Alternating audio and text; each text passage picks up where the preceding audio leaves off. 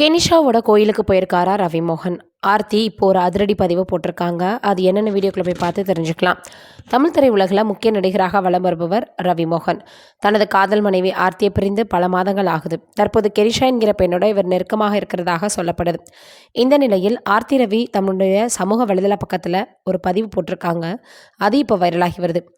ரவிமோகன் கடந்த ஆண்டு தனது மனைவி பிரிவதாக தெரிவிச்சிருந்தார். இவர்களுக்கு ஆரவ் அயான் அப்படின்ற 2 குழந்தைகள் இருக்காங்க. தான் உடல் மற்றும் மன ரீதியாக மனைவி மற்றும் அவரது குடும்பத்தாரால் துன்புறுத்தப்பட்டதாக அவர் அறிவிப்பு ஒன்றில் தெரிவிச்சிருந்தார்.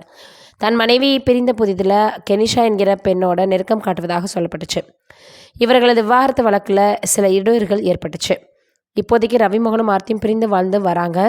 ரவி எங்கே போனாலும் எந்த ஊருக்கு போனாலும் தனது தோழி கெனிஷாவை கூட்டிக்கிட்டே தான் போகிறாரு. சமீபத்தில் திருப்பதிக்கு ஒன்றாக போயிருக்காங்க. ரவிமோகன் இப்போது புதிதாக ஒரு தயாரிப்பு நிறுவனத்தை தொடங்கியிருக்காரு.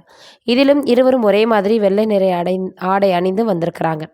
ரவிமோகனுடனான பிரிவிற்கு பிறகு ஆர்த்தி ரவி தனது குழந்தைகளுடன் வெளிநாடுகளுக்கு சுற்றுலா செல்வது, பிடித்த விஷயங்களை செய்வதுன்னு நேரத்தை செலவிட்டு வராங்க. ஒரு வாரத்திற்கு முன்பு அவங்க வெளியிட்ட பதிவில் இதெல்லாம் வெறும் ஆரம்பம் தான்னு சொல்லியிருந்தாங்க. இப்போது தன்னுடைய இன்ஸ்டா ஸ்டோரியில் சில விஷயங்களை எழுதியிருக்காங்க. உன்னால் கடவுளை ஏமாற்ற முடியாது, உன்னால் பிறரை ஏமாற்ற முடியும், உன்னை கூட ஏமாற்றிக் கொள்ள முடியும், ஆனால் கடவுளை ஏமாற்ற முடியாதுன்னு குறிப்பிட்டிருக்காங்க. இன்னொரு ஸ்டோரியையும் வெளியிட்டிருக்காங்க. எனக்கு கிடைத்த சிறந்த பெற்றோர்களுக்கான அட்வைஸ் என்ன தெரியுமா? உங்கள் குழந்தைகளை எப்போதும் தேர்ந்தெடுங்கள். அந்த ஒன்று மரியாத ஆன்மாக்களுக்கு உங்கள் நேரமும் அன்பும் தேவைப்படும்.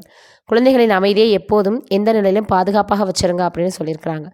அப்போ இவங்க மறைமுகமாக சொல்ல வருவது என்ன அப்படின்னும், கோயில்களுக்கு இப்போ போயிட்டு வர்றதுனால அவங்கள மறைமுகமாக பேசியிருக்காங்களான்னு இப்போ ஆர்த்தி அவர்கள் போட்டிருக்கக்கூடிய பதிவு சமூக வலைதளங்களில் வைரலாகி வருது.